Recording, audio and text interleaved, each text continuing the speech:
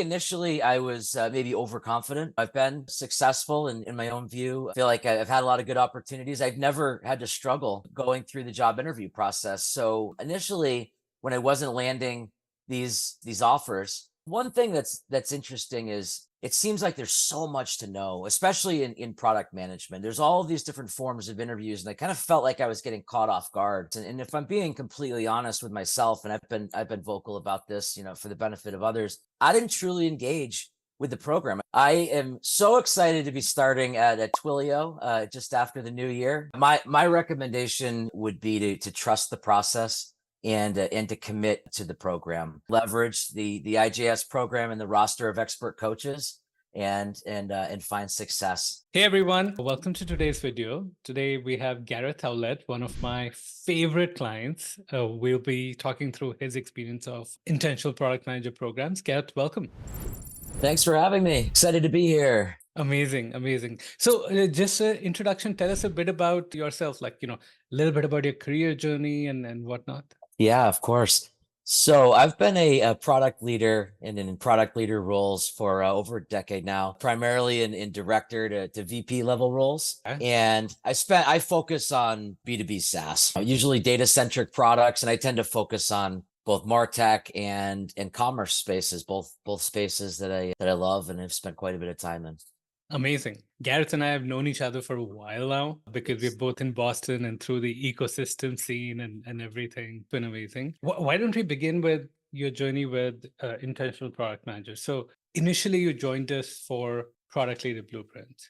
I did. I want to just get a sense of at that point, what was there some problem you're looking to solve, something you were looking to learn that brought you into the program? At that point in time, I was looking for an opportunity for professional development. I had seen your program and I recognized your face, of course. This looks like a really great opportunity. So we got an opportunity to sit down and you told me about the program. I was really focused on the strategic and communication aspects of product management at that time. I think, communication is something you can really never stop focusing on. It's just so important to success. And in strategy, I do a lot of strategy in my roles, and I was looking for a little bit of a new take. I was looking for some new frameworks, and that's exactly what I got out of the program. It was a really great experience. Amazing, amazing. Yeah, tell us more.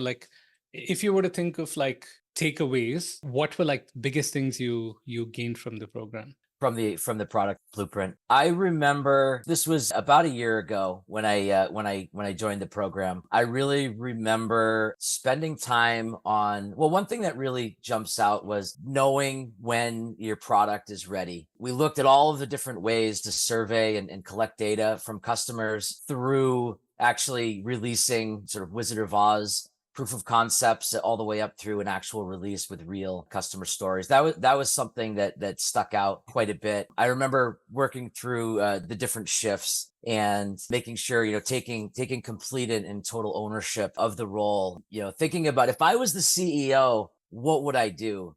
And I think that's just such an important aspect. And it comes up in so many different ways to have a strong point of view and to get others to follow that point of view and to listen to what you're saying and provide evidence for that. It's just so important to really take ownership and take aspect of all responsibilities. Agreed. A lot of people do that. Many people don't feel that's a very important aspect of coming back to that.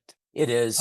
And another one is, and one that I've used pretty regularly, and I found that the structure of having a point of view on the world and how it's changing is another one that keeps coming back to me. Building a narrative in the voice of the customer, thinking through the longer term. People love to have perspective and to really be able to have an explanation for why things are happening in the industry or why their customers may be experiencing certain things they're changing in their business, and to be able to, as a product leader, to be able to help explain throughout your own company what those things are and why they're happening really helps you build credibility for your ideas. Totally. Couldn't agree more.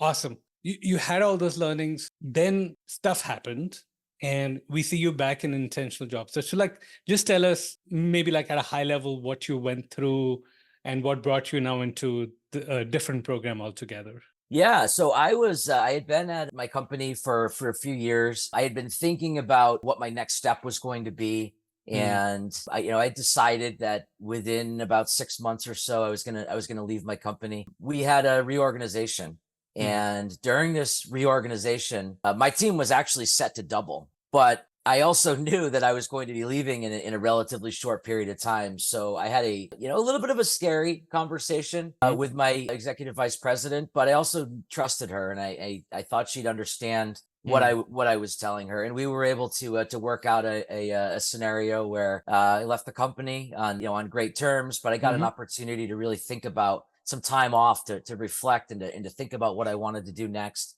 Yeah. and where I wanted to go. So I really was pretty selective in my job search. Mhm. I had a little bit of time, and I really wanted to find the ideal role. I wanted to find my dream job, and I also wanted to spend some time just taking everything that I've learned and try to capture it and try to synthesize it and Yeah. pick out the frameworks that really worked well for me. And so that's where I started. And I was taking it slowly. I was successful in the sense that I was able to land some opportunities, and I was able to get into processes, but I wasn't getting to that offer stage. That's when I reached back out to you and asked you what we could do. How could I get to that point where I was actually getting offers and not just participating in processes?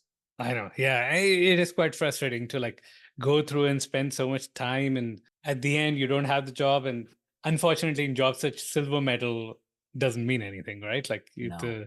you're just collecting those. With that, you were back in intentional job search, or sorry, back working with us through the intentional job search program. And if I'm not wrong, the core problem you're looking to solve is how do you get past that final round stage into now offers, converting those to offers. Yeah. I mean, I think initially I was maybe overconfident. I've been successful and, in my own view. I feel like I've had a lot of good opportunities. I've never had to struggle going through the job interview process. So initially, when I wasn't landing these offers, I thought, well, one thing that's interesting is it seems like there's so much to know, especially in product management. There's all these different forms of interviews, and I kind of felt like I was getting caught off guard. Sometimes I'd have a design interview or case, example that I wasn't completely prepared for, and I really wanted to understand the lay of the land. And that's Yeah. when I started in the program. That's where I spent most of my focus. And if I'm being completely honest with myself, and I've been vocal about this, for the benefit of others, I didn't truly engage with the program. I watched the videos, absolutely. I participated in the sense that I took notes and I tried to learn, and I studied the different forms of interviews, and I Hmm. brought that into my own practice, but I really didn't engage the way I should have with coaches. I really didn't practice my Hmm. stories, and the cycle continued. I got to the final round of several different Many. Yeah. processes, many, and I'd get to the end and I just couldn't finish. In the job market that we're in, it's easy to say, well, there was one in particular where there were 2,000 other candidates, and I finished second. Wow. And in these cases, it's not good enough to have a set of stories that you can draw from, but not to leave them unfinished. You really Uh, need to be. I felt like I really needed to be perfect, and that's when I finished second. This was a case where I had worked at a competitor for 15 years. I knew the space really well. I knew the specifics of the job, and yeah. I felt like I was the best candidate, but I knew something was missing for me not to land that particular opportunity. I knew there was something else I needed to do. And that's when I really started engaging with the coaches, and I really started practicing on a weekly basis, multiple times per week to really craft and perfect individual stories. That is so interesting because it's second out of 2000. So that's like you're in the top 0.1%, right? Like so close. Seems like that was the trigger where you said, cool, I'm going all in. Like this has to be top class. Tell us more. Like, what are the kinds of things you did? What interactions you had with coaches and everything that helped you really nail that piece? Yeah, it was so I had already crafted a number of different stories. I really didn't want to feel like I was robotic during the process. Yeah. So I had a few different stories to draw on for each example. And one of the things that Ravi Mehta is a great overview, his competencies. My cheat sheet listed a number of all the competencies and a few stories for each, but I felt it was a little overwhelming. I think as I look back upon it, for every competency that I was being asked about, I had a story that I could tell, but it wasn't necessarily tailored enough to the situation. And Mm. one thing that really, there was one particular practice interview that I had done, and one of the coaches asked me a question that really should have been a layup for me. And I answered it with a story that I hadn't really perfected. I hadn't really spent a lot of time developing, but I thought I knew it pretty well. It was a very clear no hire. I mean, I knew immediately, I knew even before I was done speaking Mm. that there was going to be a no hire. That was my aha moment to say, I really need to get a single individual story for each example, for each different, for the 8 or 10 topics that I know are going to come up in these interviews. It's not Yeah. good enough to have three and I may bounce back and forth between them. For me, I really needed to get extremely specific, and I needed to tell my narrative in a way that was going to answer the question Yeah. for the hiring manager or for the interviewer in the way that they needed to hear it. This is such an important point, Gareth. It seems that, for you to move from here to there, it's very much about the excellence. Like, it can't be just like good enough. It has to be excellent for you to land that final role. Yeah, because it's not a time right now where you can get by on aptitude. I'm Yeah. somebody who I have deep experience, I have broad experience, and I'm confident. I feel like I would be an asset to any company. And I was relying on that along with my passion and my aptitude. And it would get me just far enough to get to the end, which actually is a little bit of a challenge because if you're getting to the end, you feel like I was feeling like I was doing well, and there Mm. was just a little tweaking that I needed to do. But it also takes a tremendous amount of time to go through a process that can be 6, 8, 10 weeks at a time. It was extremely time consuming. So it was a little bit of false positivity, a little bit of false confidence, and it took me longer to realize than maybe it should have that I actually really needed to perfect these stories. And then you did. So, like, tell us more about what happened at the end. What are Yeah. what are offers or things you got? Where are you headed? Yeah, so I got an opportunity. It was a pretty selective opportunity. I found a company that I had known for quite a while. I had some contacts there, and I reached out, and one of my contacts was gracious enough to refer me into the process. Mm. And I at this point, I had realized, also it's not good enough just to have one person rooting for you.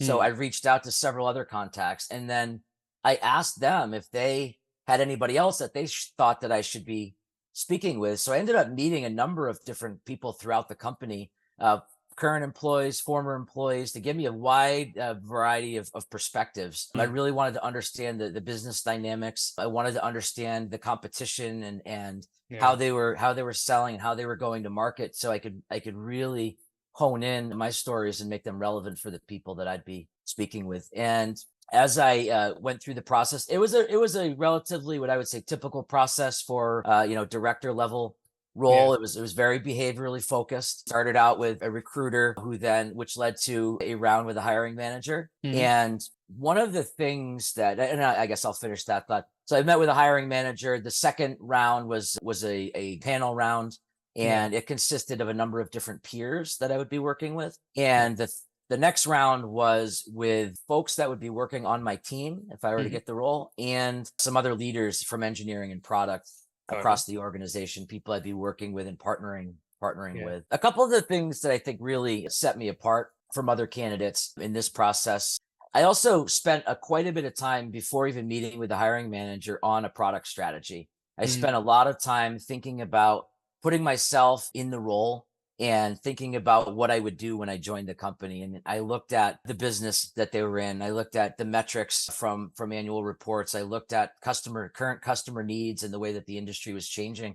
And I Mm. actually put together a product strategy, and I used that. I referenced it during the process, and I referred back to it. It gave me an opportunity to have a confident point of view when I was speaking with interviewers. The second thing I did was I knew there were going to be some systems type interviews when I met with the technical folks. This company was pretty good about giving you a preview of who you were going to be meeting with and what they were going to ask. Cool. And I took advantage of that. I actually from memory, I put together, and from some notes that I had, I put together some systems diagrams that really represented the technical architecture from my previous products. So instead of just talking in generalities, I was able to walk the technical leader through the actual systems diagram and how data flowed through our system. And thirdly, I think the other thing that really set me apart from other candidates was passion. I know it can be, and the company actually told me this, that my passion set me apart, because they said they found a lot of qualified candidates. And I think it's easy as a candidate to be a little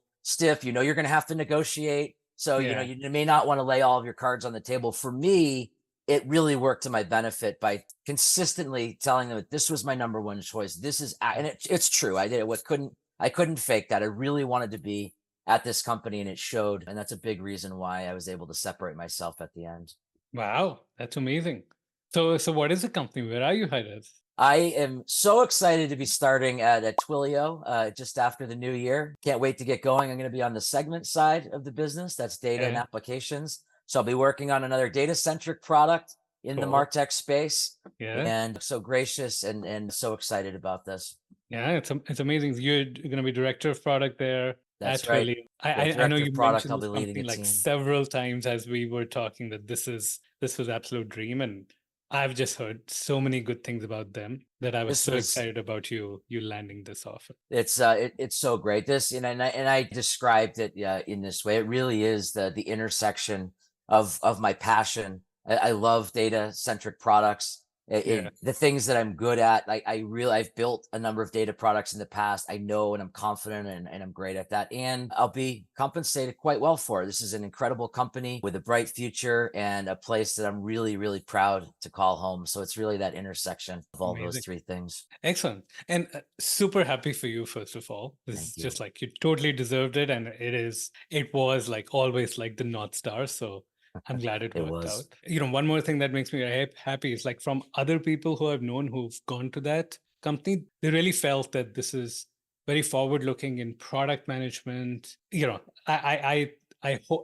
hope most people start to look beyond the fangs of the world and look at like really what are the top companies. I think Twilio stands out as some of the top companies with like ServiceNow and Uber and a few others. I really think they're phenomenal. I think that's such an important point. There are so many companies that are just a little bit smaller where you can make a big impact, where the package, the compensation that you'll receive is tremendous. In this case, there's a pretty significant bump from where I was at. And it's a public company, so it's a stable company. You have to work hard and you have to take care of your responsibilities and own the role. But yeah, there's more than just FANG companies out there. And Absolutely. Yeah. So one last question for you, Gareth. So like this video will be watched by many people, well, who are in the program because they'll be motivated, but many outside, and they're considering working with us in either of those programs. Any message for them? Anything they should do to consider as they're trying to make the decision? Just curious to hear about that. Yeah, my recommendation would be to trust the process and to commit to the program. This is something that it took me a little while to do, and that's why I was overconfident, and I did learn that once I opened myself up, and once I got comfortable with being uncomfortable, and once I was able to work with coaches to give me the tough feedback that allowed me to perfect my narrative, I was able to achieve success. And I really think that is the best way to do it, to commit to practicing, leverage the IJS program and the roster of expert coaches, and find success that way. Totally. And go all in, 100%. Go all in. Gareth, thank you so much for speaking with me, with sharing your experience. It'll be very helpful for a lot of people. Appreciate it. So happy to do it. Thank you so much for this. And thank you so much for all your support throughout the process. It's meant a tremendous amount to me personally. And I always felt like somebody had my back throughout the process. And it was an upbeat and sort of inspirational way to go about it. No matter how many times no matter how many ups and downs there were, I always knew that I was going through this process with a team of experts to help me out. Thank you personally. Thank you. Thank you.